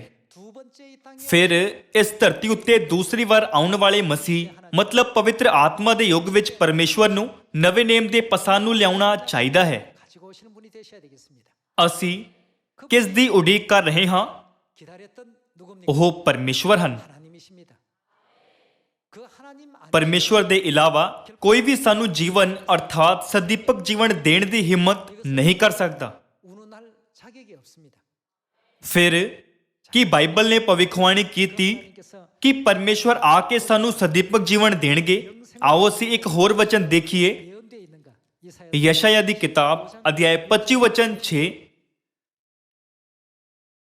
만군의 ਇਸੇ ਪਹਾੜ ਤੇ ਸੈਨਾ ਦਾ ਯਹੋਵਾ ਸਾਰਿਆਂ ਲੋਕਾਂ ਲਈ ਮੋਟੀਆਂ ਵਸਤਾਂ ਦਾ ਦਾਊਦ ਕਰੇਗਾ, 오래 저장하였던 ਪੁਰਾਣੀਆਂ ਮੱਦਾਂ ਦੀ ਦਾਊਦ। 을 베푸신다고 했습니다. ਇਹ ਕਿਹੜਾ ਪਹਾੜ ਹੈ? 무슨 산일까요? ਸਿਯੋਨ ਪਹਾੜ ਤੇ ਸਭ ਦੇਸ਼ਾਂ ਦੇ ਲੋਕਾਂ ਲਈ, ਸੰਸਾਰ ਦੇ ਸਭ ਲੋਕਾਂ ਲਈ 기름 ਪਰਮੇਸ਼ਵਰ ਮੋਟੀਆਂ ਵਸਤਾਂ ਅਤੇ ਪੁਰਾਣੀਆਂ ਮੱਦਾਂ ਤਿਆਰ ਕਰਨਗੇ। 자, 예언의 등장 ਭੋਜ ਵਿੱਚ ਕੀ ਦਿੱਤਾ ਗਿਆ ਹੈ? 주된 ਉਹ ਪੁਰਾਣੀ ਮੱਦ ਹੈ। 아주 오래된 포도주입니다. ਇਸ ਮੱਧ ਨੂੰ 1600 ਸਾਲ ਤੋਂ ਰੱਖਿਆ ਗਿਆ ਹੈ। 간직해 놓은 그런 포도주지요. 오래 저장했던 ਮੋਟੀਆਂ ਵਸਤਾਂ ਦਾ ਦਾਊਦ ਕਰੇਗਾ ਪੁਰਾਣੀਆਂ ਮੱਦਾਂ ਦੀ ਦਾਊਦ। ਗੁੱਦੇ ਸਣੇ ਮੋਟੀਆਂ ਵਸਤਾਂ ਛਾਣੀਆਂ ਹੋਈਆਂ ਪੁਰਾਣੀਆਂ ਮੱਦਾਂ। 저장했던 맑은 포도주로 하실 것이며 오래 저장했다는 것은 ਜਦੋਂ ਤੱਕ ਪਿਤਾ ਆਨਸੰਗ ਹੋਂਗ ਜੀ ਨੇ ਸਾਡੇ ਲਈ ਨਵੇਂ ਨੇਮ ਦੇ ਪਸਾਹ ਦੀ ਸਚਾਈ ਦਾ ਪ੍ਰਚਾਰ ਕੀਤਾ, ਉਹ ਪੁਰਾਣੀ ਮੱਧ ਹੈ 6월절 ਕਿਉਂਕਿ 325 ਈਸਵੀ ਤੋਂ 1600 ਸਾਲ ਲੱਗੇ। 600년이라는 긴 세월이 흘렀습니다. ਕਿਉਂਕਿ ਨਵੇਂ ਨੇਮ ਦੇ ਪਸਾਹ ਨੂੰ ਉਸ ਸਮੇਂ ਦੇ ਦੌਰਾਨ ਨਹੀਂ ਮਨਾਇਆ ਗਿਆ ਸੀ, 이 포도주를 ਤਾਂ ਇਹ ਪੁਰਾਣੀ ਮੱਧ ਹੈ। 이렇게 성경은 명명하고 있습니다.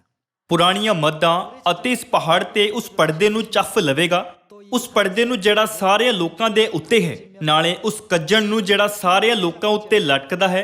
ਉਹ ਕਿਸ ਨੂੰ ਸਦਨ ਲਈ ਚੱਫ ਲਵੇਗਾ? ਇਹ ਬਹੁਤ ਹੀ ਮਹੱਤਵਪੂਰਨ ਭਾਗ ਹੈ। ਪਰਮੇਸ਼ਵਰ ਪੁਰਾਣੀ ਮੱਦ ਨਾਲ ਮੌਤ ਦਾ ਨਾਸ ਕਰਦੇ ਹਨ, 사역이 있다. ਮਤਲਬ ਸਦੀਪਕ ਜੀਵਨ ਦਿੰਦੇ ਹਨ। 한다는 말 ਮੱਦ ਜੋ ਸਾਨੂੰ ਸਦੀਪਕ ਜੀਵਨ ਦਿੰਦੀ ਹੈ।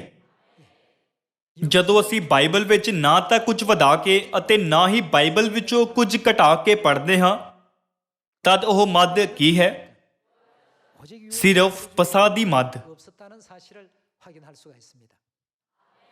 ਉਹ ਮੌਤ ਨੂੰ ਸਦਾ ਲਈ ਚੱਫ ਲਵੇਗਾ ਅਤੇ ਪ੍ਰਭੂ ਯਹੋਵਾ ਸਾਰਿਆਂ ਮੂੰਹਾਂ ਤੋਂ ਹੰਝੂ ਪੁੰਜ ਸੁੱਟੇਗਾ ਅਤੇ ਆਪਣੀ ਪ੍ਰਜਾ ਦੀ ਬਦਨਾਮ ਸਾਰੀ ਧਰਤੀ ਦੇ ਉੱਤੋਂ ਦੂਰ ਕਰ ਦੇਵੇਗਾ, ਕਿਉਂਕਿ ਇਹ ਯਹੋਵਾ ਦਾ ਬੋਲ ਹੈ। ਉਸ ਦਿਨ ਆਖਿਆ ਜਾਵੇਗਾ, ਵੇਖੋ ਕੌਣ ਪੁਰਾਣੀ ਮੱਦ ਨਾਲ ਮੌਤ ਨੂੰ ਚੱਫ ਲਵੇਗਾ 사망을 ਅਤੇ ਸਾਨੂੰ ਸਦੀਪਕ ਜੀਵਨ ਦਿੰਦਾ ਹੈ। 이분은 누구시라고 ਬਾਈਬਲ ਜ਼ੋਰ ਦੇ ਕੇ ਕਹਿੰਦੀ ਹੈ ਕਿ 하나님이 ਸਾਡਾ ਪਰਮੇਸ਼ਵਰ ਇਹੀ ਹੈ। 실하게 성경이 증가하고 있습니다. 저와 ਇਸ ਯੁੱਗ ਵਿੱਚ 이 ਕੌਣ ਪਸਾਹ ਦੀ ਰੋਟੀ ਅਤੇ ਦਾਖਰਸ ਨੂੰ ਲਿਆਇਆ 포도주를 ਅਤੇ ਨਵੇਂ ਨੇਮ ਦੁਆਰਾ ਸਾਨੂੰ ਸਦੀਪਕ ਜੀਵਨ ਦੀ ਆਸੀਸ਼ ਦਿੱਤੀ? 생의 축복을 복비로 주신 분이 바로 누구죠? ਕੁਝ ਕਹਿ ਸਕਦੇ ਹਨ, ਹਾਂਜੀ, 어떤 사람들은 그런 얘기 ਜੇਕਰ ਮੈਂ ਪਸਾਹ ਦੀ ਰੋਟੀ ਅਤੇ ਦਾਖਰਸ ਦਾ ਪ੍ਰਚਾਰ ਕਰਾਂ, ਫਿਰ ਮੈਂ ਪਰਮੇਸ਼ਵਰ ਹੋ ਸਕਦਾ ਹਾਂ। 6월절 ਤਦ ਉਸ ਨੂੰ ਉਹ ਕਰਨ ਦਿਓ। 그래 한번 해보라고 하시죠. ਪਿਤਾ ਆਨਸੰਗ ਹੋਂਗ ਜੀ ਦੇ ਆਉਣ ਤੋਂ ਪਹਿਲਾਂ 하나님께서 ਕੀ ਕਿਸੇ ਨੇ ਵੀ ਨਵੇਂ ਨੇਮ ਦੇ ਪਸਾਹ ਦਾ ਪ੍ਰਚਾਰ ਕੀਤਾ 6월절 떡과 ਅਤੇ ਪਸਾਹ ਦੀ ਰੋਟੀ ਅਤੇ ਦਾਖਰਸ ਦੁਆਰਾ ਸਾਨੂੰ ਸਦੀਪਕ ਜੀਵਨ ਦੀ ਆਸੀਸ਼ ਦਿੱਤੀ? ਭਾਵੇਂ ਉਹ ਸ਼ਬਦ ਪਸਾਹ ਦੀ ਵਰਤੋਂ ਕਰਨ, ਪਰ ਉਹ ਪਸਾਹ ਨਹੀਂ ਹੈ। 절이 아닙니다, 여러분. ਯਹੂਦੀਆਂ ਨੇ ਲੰਬੇ ਸਮੇਂ ਪਹਿਲਾਂ ਪਸਾਹ ਸ਼ਬਦ ਦੀ ਵਰਤੋਂ ਕੀਤੀ ਸੀ, ਪਰ ਉਹਨਾਂ ਨੇ ਅੱਜ ਤੱਕ ਯਿਸੂ ਨੂੰ ਮਸੀਹ ਦੇ ਰੂਪ ਵਿੱਚ ਸਵੀਕਾਰ ਨਹੀਂ ਕੀਤਾ। 인정하지 않습니다. 그저 한 가지 ਉਹ ਯਿਸੂ ਨੂੰ ਅੱਜ ਦੇ ਦਿਨ ਤੱਕ ਸਿਰਫ ਇੱਕ ਮਨੁੱਖ ਤਰਖਾਣ ਦਾ ਪੁੱਤਰ ਹੀ ਸਮਝਦੇ ਹਨ। 생각을 안 합니다. ਦੂਸਰੇ ਸ਼ਬਦਾਂ ਵਿੱਚ ਉਹਨਾਂ ਦਾ ਪਸਾਹ ਪੁਰਾਣੇ ਨੇਮ ਦਾ ਪਸਾਹ ਹੈ। ਉਹਨਾਂ ਨੇ ਪੁਰਾਣੇ ਨੇਮ ਦੇ ਪਸਾਹ ਦੀ ਭਾਵਨਾ ਨੂੰ ਵਿਰਾਸਤ ਵਿੱਚ ਪ੍ਰਾਪਤ ਕੀਤਾ ਹੈ, ਪਰ ਉਹਨਾਂ ਕੋਲ ਨਵੇਂ ਨੇਮ ਦੀ ਸੱਚਾਈ ਨਹੀਂ ਹੈ। ਆਓ ਅਸੀਂ ਵਚਨ 8 ਉੱਤੇ ਇੱਕ ਨਜ਼ਰ ਪਾਈਏ। 8절에 다시 봅니다. ਪ੍ਰਭੂ ਯਹੋਵਾ ਸਾਰਿਆਂ ਮੂੰਹਾਂ ਤੋਂ ਹੰਝੂ ਪੁੰਜ ਸੁੱਟੇਗਾ ਅਤੇ ਆਪਣੀ ਪ੍ਰਜਾ ਦੀ ਬਦਨਾਮੀ ਨੂੰ ਸਾਰੀ ਧਰਤੀ ਦੇ ਉੱਤੋਂ ਦੂਰ ਕਰ ਦੇਵੇਗਾ, ਕਿਉਂਕਿ ਇਹ ਯਹੋਵਾ ਦਾ ਬੋਲ ਹੈ। ਉਸ ਦਿਨ ਆਖਿਆ ਜਾਵੇਗਾ, ਵੇਖੋ ਇਹ ਸਾਡਾ ਪਰਮੇਸ਼ਵਰ ਹੈ। ਕਿਉਂਕਿ ਬਾਈਬਲ ਸਾਨੂੰ ਕਹਿੰਦੀ ਹੈ ਕਿ ਜਿਸ ਕੋਲ ਇਹ ਨਿਸ਼ਾਨ ਹੈ, ਉਹ ਦੂਸਰੀ ਵਾਰ ਆਉਣ ਵਾਲੇ ਪਰਮੇਸ਼ਵਰ ਹਨ। 하나님이시라고 언급할 ਅਸੀਂ ਕਿਵੇਂ ਬਾਈਬਲ ਦੀਆਂ ਸਿੱਖਿਆਵਾਂ ਦਾ ਇਨਕਾਰ ਕਰ ਸਕਦੇ ਹਾਂ? 수 있겠습니까? ਜੋ ਕੋਈ ਇਸ ਨਿਸ਼ਾਨ ਨਾਲ ਆਏ ਪਰਮੇਸ਼ਵਰ ਨੂੰ ਸਵੀਕਾਰ ਨਹੀਂ ਕਰਦਾ, 사람은 ਉਹ ਉਸ ਯਹੂਦੀ ਵਾਂਗ ਹੈ 십자가에 못 박아 죽인 ਜਿਸ ਨੇ ਯਿਸੂ ਨੂੰ ਸਲੀਬ ਉੱਤੇ ਚੜਾਇਆ। 큰 사람들입니다. 그날 ਉਸ ਸਮੇਂ ਇਹ ਕਿਹਾ ਜਾਵੇਗਾ, ਵੇਖੋ ਇਹ ਸਾਡਾ ਪਰਮੇਸ਼ਵਰ ਹੈ। ਅਸੀਂ ਉਹਨੂੰ ਉਡੀਕਦੇ ਸਾਂ ਅਤੇ ਉਹ ਕੀ ਹੋ ਸਾਨੂੰ ਬਚਾਵੇ। ਪਰਮੇਸ਼ਵਰ ਦੂਸਰੀ ਵਾਰ ਮੁਕਤੀ ਦੇਣ ਲਈ ਆਉਂਦੇ ਹਨ। ਜੇਕਰ ਕੋਈ ਵਿਅਕਤੀ ਪੁਰਾਣੀ ਮੱਦ ਲਿਆਉਂਦਾ ਹੈ ਅਤੇ ਸਦੀਪਕ ਜੀਵਨ ਦੀ ਆਸੀਸ਼ ਦਿੰਦਾ ਹੈ, ਫਿਰ ਉਹ ਕੌਣ ਹੈ? ਵੇਖੋ ਇਹ ਸਾਡਾ ਪਰਮੇਸ਼ਵਰ ਹੈ। 무엇이라고요? 우리 ਅਸੀਂ ਉਹਨੂੰ ਉਡੀਕਦੇ ਸਾਂ, ਉਹ ਕੀ 그가 우리를 ਅਤੇ ਉਹ ਸਾਨੂੰ ਬਚਾਵੇ। 구원하실 것이라. ਇਹ ਯਹੋਵਾ ਹੈ। ਅਸੀਂ ਉਹਦੀ ਉਡੀਕਦੇ ਸਾਂ, ਅਸੀਂ ਉਹਦੀ ਮੁਕਤੀ ਵਿੱਚ ਖੁਸ਼ੀ ਮਨਾਈਏ ਅਤੇ ਆਨੰਦ ਕਰੀਏ। 것이라고 했습니다. ਬਾਈਬਲ ਸਾਨੂੰ ਇਸ ਉੱਤੇ ਇੰਨਾ ਸਪਸ਼ਟ ਰੂਪ ਨਾਲ ਦੱਸਦੀ ਹੈ। 정확히 ਮਸੀਹੀ ਆਨਸੰਗ ਹੋਂਗ ਜੀ ਇਸ ਧਰਤੀ ਉੱਤੇ ਆਏ, ਪਵਿੱਤਰ ਆਤਮਾ ਦੇ ਯੁੱਗ ਵਿੱਚ ਆਪਣੀਆਂ ਸੰਤਾਨਾਂ ਨੂੰ ਸਾਡੀ ਸਵਰਗੀ ਮਾਤਾ ਜੀ ਦੇ ਨਾਲ ਮਿਲਣ ਦੀ ਇਜਾਜ਼ਤ ਦਿੱਤੀ, ਜਿਸ ਨੂੰ ਅਸੀਂ ਇੱਕ ਵਾਰ ਗਵਾਇਆ ਸੀ, ਅਤੇ ਉਹਨਾਂ ਨੇ ਸਾਨੂੰ ਆਤਮਾ ਤੇ ਲਾੜੀ ਦੇ ਬਾਰੇ ਹਰ ਸੱਚਾਈ ਨੂੰ ਸਿਖਾਇਆ। ਅਸੀਂ ਕਿਵੇਂ ਉਹਨਾਂ ਸਾਰੀਆਂ ਸਿੱਖਿਆਵਾਂ ਦਾ ਇਨਕਾਰ ਕਰ ਸਕਦੇ ਹਾਂ? ਅਸੀਂ ਕਿੱਥੇ ਪਹੁੰਚਦੇ ਹਾਂ ਜਦੋਂ ਅਸੀਂ ਪਿਤਾ ਜੀ ਦੀਆਂ ਸਾਰੀਆਂ ਸਿੱਖਿਆਵਾਂ ਦਾ ਪਾਲਨ ਕਰਦੇ ਹਾਂ? ਮੁਕਤੀ। ਸਾਡੀ ਅਗਵਾਈ ਮੁਕਤੀ ਵੱਲ ਕਰਨ ਲਈ ਪਿਤਾ ਜੀ ਨੇ ਸਾਨੂੰ ਸਾਰੀਆਂ ਸਿੱਖਿਆਵਾਂ ਦਿੱਤੀਆਂ, 아브라함의 ਜਿਵੇਂ ਕਿ ਅਬਰਾਹਮ ਦਾ ਪਰਿਵਾਰ ਅਤੇ ਮਾਤਾ, ਯਰੂਸ਼ਲਮ ਮਾਤਾ ਜੀ ਅਤੇ ਮਾਤਾ ਜੀਵਨ ਦੇ ਜਲ ਦਾ ਸੋਤਾ, ਇਹ ਸਾਰੀਆਂ ਸੱਚਾਈਆਂ ਪਿਤਾ ਜੀ ਵੱਲੋਂ ਆਈਆਂ ਹਨ। 아버지의 가르침이십니다. 2000 ਸਾਲ ਪਹਿਲਾਂ ਯਹੂਦੀਆਂ ਨੇ ਯਿਸੂ ਨੂੰ ਨਹੀਂ ਪਹਿਚਾਨਿਆ, ਜੋ ਮਸੀਹ ਦੇ ਰੂਪ ਵਿੱਚ ਇਸ ਧਰਤੀ ਉੱਤੇ ਆਏ ਅਤੇ ਉਹਨਾਂ ਨੂੰ ਫਟਕਾਰਿਆ, ਤੂੰ ਮਨੁੱਖ ਹੋ ਕੇ ਕਿਵੇਂ ਆਪਣੇ ਆਪ ਨੂੰ ਪਰਮੇਸ਼ਵਰ ਦੱਸਦਾ ਹੈ, ਅਤੇ ਉਹਨਾਂ ਉੱਤੇ ਪੱਥਰ ਮਾਰਨ ਦੀ ਕੋਸ਼ਿਸ਼ ਕੀਤੀ। ਹੁਣ ਅਜਿਹਾ ਹੀ ਹੈ। 세상 사람 ਲੋਕ ਪਰਮੇਸ਼ਵਰ ਆਨਸੰਗ ਹੋਂਗਜੀ ਉੱਤੇ ਵਿਸ਼ਵਾਸ ਨਹੀਂ ਕਰਦੇ, ਪਰ ਉਸ ਦੇ ਬਦਲੇ ਉਹਨਾਂ ਦੀ ਨਿੰਦਾ ਕਰਦੇ ਹਨ, 셨다는 그 이유만 ਕਿਉਂਕਿ ਉਹ ਇਸ ਧਰਤੀ ਉੱਤੇ ਸਰੀਰ ਵਿੱਚ ਆਏ। 해방도 합니다. ਕਿਉਂਕਿ ਪਰਮੇਸ਼ਵਰ ਦਾ ਨਿਯੁਕਤ ਸਮਾਂ ਆ ਗਿਆ ਹੈ। ਸੰਸਾਰ ਦੇ ਲੋਕ ਹੁਣ ਪਰਮੇਸ਼ਵਰ ਦੇ ਸਾਹਮਣੇ ਆਉਂਦੇ ਹਨ। ਅਜਿਹਾ ਲੱਗਦਾ ਹੈ ਕਿ ਉਹ ਪਰਮੇਸ਼ਵਰ ਦੇ ਚਾਨਣ ਨੂੰ ਮਹਿਸੂਸ ਕਰਨ ਲੱਗ ਪਏ ਹਨ। ਸਵਰਗੀ ਪਿਤਾ ਜੀ ਅਤੇ ਸਵਰਗੀ ਮਾਤਾ ਜੀ, ਹੁਣ ਉਹਨਾਂ ਦਾ ਪ੍ਰਚਾਰ ਸਾਮਰੀਆ ਵਿੱਚ ਅਤੇ ਧਰਤੀ ਦੇ ਬੰਨੇ ਤਿੱਕੁਰ ਤੱਕ ਦੁਨੀਆ ਭਰ ਵਿੱਚ ਹੋ ਰਿਹਾ ਹੈ। ਜਦੋਂ ਕਦੇ ਅਸੀਂ ਦ੍ਰਿੜ ਵਿਸ਼ਵਾਸ ਨਾਲ ਖੁਸ਼ਖਬਰੀ ਦਾ ਪ੍ਰਚਾਰ ਕਰਦੇ ਹਾਂ, ਉਦੋਂ ਪਰਮੇਸ਼ਵਰ ਉਹਨਾਂ ਦੀਆਂ ਅੱਖਾਂ ਖੋਲ੍ਹਦੇ ਹਨ ਜੋ ਬਾਈਬਲ ਦੇਖਦੇ ਹਨ, ਉਹਨਾਂ ਦੇ ਕੰਨ ਖੋਲ੍ਹਦੇ ਹਨ ਜੋ ਸੁਣਦੇ ਹਨ, 바울이 ਅਤੇ ਉਹਨਾਂ ਦੇ ਦਿਲਾਂ ਨੂੰ ਖੋਲ੍ਹਦੇ ਹਨ ਜੋ ਸੱਚਾਈ ਨੂੰ ਮਹਿਸੂਸ ਕਰਦੇ ਹਨ। ਜਦੋਂ ਰਸੂਲ ਪੌਲਸ ਨੇ ਸਬਤ ਉੱਤੇ ਇਸਤਰੀਆਂ ਨੂੰ ਪ੍ਰਚਾਰ ਕੀਤਾ ਜੋ ਨਦੀ ਕੋਲ ਇਕੱਠੀਆਂ ਹੋਈਆਂ ਸੀ, ਉਹਨਾਂ ਵਿੱਚੋਂ ਇੱਕ ਜੋ ਪੌਲਸ ਦੀ ਸੁਣ ਰਹੀ ਸੀ, ਲੁਦੀਆ ਨਾਮ ਦੀ ਇਸਤਰੀ ਨੇ ਆਪਣਾ ਮਨ ਖੋਲ੍ਹਿਆ। ਬਾਈਬਲ ਕਹਿੰਦੀ ਹੈ ਕਿ ਪਰਮੇਸ਼ਵਰ ਨੇ ਉਸ ਦਾ ਮਨ ਖੋਲ੍ਹਿਆ ਕਿ ਉਹ ਪੌਲਸ ਦੀਆਂ ਗੱਲਾਂ ਉੱਤੇ ਮਨ ਲਗਾਵੇ। ਉਸ ਨੇ ਖੁਸ਼ਖਬਰੀ ਨੂੰ ਸਵੀਕਾਰ ਕੀਤਾ ਅਤੇ ਉਸ ਦਿਨ ਤੋਂ ਉਹ ਪਰਮੇਸ਼ਵਰ ਉੱਤੇ ਵਿਸ਼ਵਾਸ ਕਰਨ ਲੱਗੀ। ਇਸ ਯੁੱਗ ਵਿੱਚ ਵੀ ਜਦੋਂ ਅਸੀਂ ਹਿੰਮਤ ਨਾਲ ਮਸੀਹੀ ਆਨਸੰਗ ਹੋਂਗਜੀ ਦਾ ਪ੍ਰਚਾਰ ਕਰਦੇ ਹਾਂ, ਜੋ ਪਵਿੱਤਰ ਆਤਮਾ ਦੇ ਯੁੱਗ ਵਿੱਚ ਪਰਮੇਸ਼ਵਰ ਹਨ, ਤਦ ਹਨੇਰੇ ਦੀਆਂ ਸਾਰੀਆਂ ਸ਼ਕਤੀਆਂ ਦੂਰ ਹੋ ਜਾਂਦੀਆਂ ਹਨ। ਜੇਕਰ ਤੁਸੀਂ ਸਿਰਫ ਇੱਕ ਲਾਲਟੈਨ ਨੂੰ ਫੜੀ ਰੱਖੋ ਅਤੇ ਕਾਲੇ ਹਨੇਰੇ ਵਿੱਚ ਉਸ ਨੂੰ ਚਾਲੂ ਕਰਨ ਲਈ ਸੰਕੋਚ ਕਰੋ, ਤਦ ਸਾਰੀ ਬੈਟਰੀ ਖਤਮ ਹੋ ਜਾਵੇਗੀ। 오래 놔두면 안 ਸਾਨੂੰ ਉਸ ਨੂੰ ਲੰਬੇ ਸਮੇਂ ਲਈ ਕਿਤੇ ਹੋਰ ਨਹੀਂ ਰੱਖਣਾ ਚਾਹੀਦਾ। ਜਦੋਂ ਚਾਹੀਦੀ ਹੈ ਉਦੋਂ ਸਾਨੂੰ ਉਸ ਦੀ ਵਰਤੋਂ ਕਰਨੀ ਚਾਹੀਦੀ ਹੈ। ਖੁਸ਼ਖਬਰੀ ਦੇ ਕੰਮ ਵਿੱਚ ਜੇਕਰ ਅਸੀਂ ਉਸ ਦੀ ਵਰਤੋਂ ਨਾ ਕਰੀਏ, ਪਵਿੱਤਰ ਆਤਮਾ ਦੀ ਸਾਰੀ ਕਿਰਪਾ ਜਿਸ ਨੂੰ ਪਰਮੇਸ਼ਵਰ ਨੇ ਸਾਨੂੰ ਦਿੱਤਾ ਹੈ, ਉਹ ਬੈਟਰੀ ਦੀ ਤਰ੍ਹਾਂ ਖਤਮ ਹੋ ਜਾਵੇਗੀ। ਪਰ ਜੇਕਰ ਅਸੀਂ ਇਸ ਦੀ ਵਰਤੋਂ ਕਰੀਏ, ਇਹ ਵਾਰ-ਵਾਰ ਵਧਾ ਦਿੱਤੀ ਜਾਵੇਗੀ ਤਾਂ ਜੋ ਅਸੀਂ ਦੂਰ ਤੱਕ ਸ਼ਾਨਦਾਰ ਚਾਨਣ ਚਮਕਾ ਸਕੀਏ। ਫਿਰ ਆਓ ਅਸੀਂ ਮਿਹਨਤ ਨਾਲ ਪ੍ਰਚਾਰ ਕਰੀਏ। ਇਸ ਆਸ਼ੀਸ਼ਿਤ ਸਾਲ ਵਿੱਚ ਆਓ ਅਸੀਂ ਸੰਸਾਰ ਨੂੰ ਚੀਕਾਂ ਮਾਰ ਕੇ ਕਹੀਏ, ਸਾਡੇ ਪਿਤਾ ਆਨਸੰਗ ਹੋਂਗਜੀ ਪਰਮੇਸ਼ਵਰ ਹਨ, ਸਵਰਗੀ ਮਾਤਾ ਜੀ ਇਸ ਧਰਤੀ ਉੱਤੇ ਆਏ ਹਨ। ਆਓ ਅਸੀਂ ਪਿਤਾ ਅਤੇ ਮਾਤਾ ਜੀ ਦਾ ਮਿਹਨਤ ਨਾਲ ਪ੍ਰਚਾਰ ਕਰੀਏ। ਫਿਰ ਸਵਰਗ ਦੇ ਰਾਜ ਵਿੱਚ ਸਾਡੇ ਪਿਤਾ ਅਤੇ ਮਾਤਾ ਜੀ ਸਾਨੂੰ ਸਦੀਪਕ ਜੀਵਨ ਦਾ ਮੁਕੁਟ ਦੇਣਗੇ ਜੋ ਕਦੇ ਕੁਮਲਾਉਂਦਾ ਨਹੀਂ। 주실 것입니다. ਮੈਂ ਆਸ ਕਰਦਾ ਹਾਂ ਕਿ ਤੁਸੀਂ ਇਸ ਉਪਦੇਸ਼ ਦੁਆਰਾ ਬਹੁਤ ਕਿਰਪਾ ਪ੍ਰਾਪਤ ਕਰੋਗੇ। ਤੁਹਾਡਾ ਬਹੁਤ ਬਹੁਤ ਧੰਨਵਾਦ।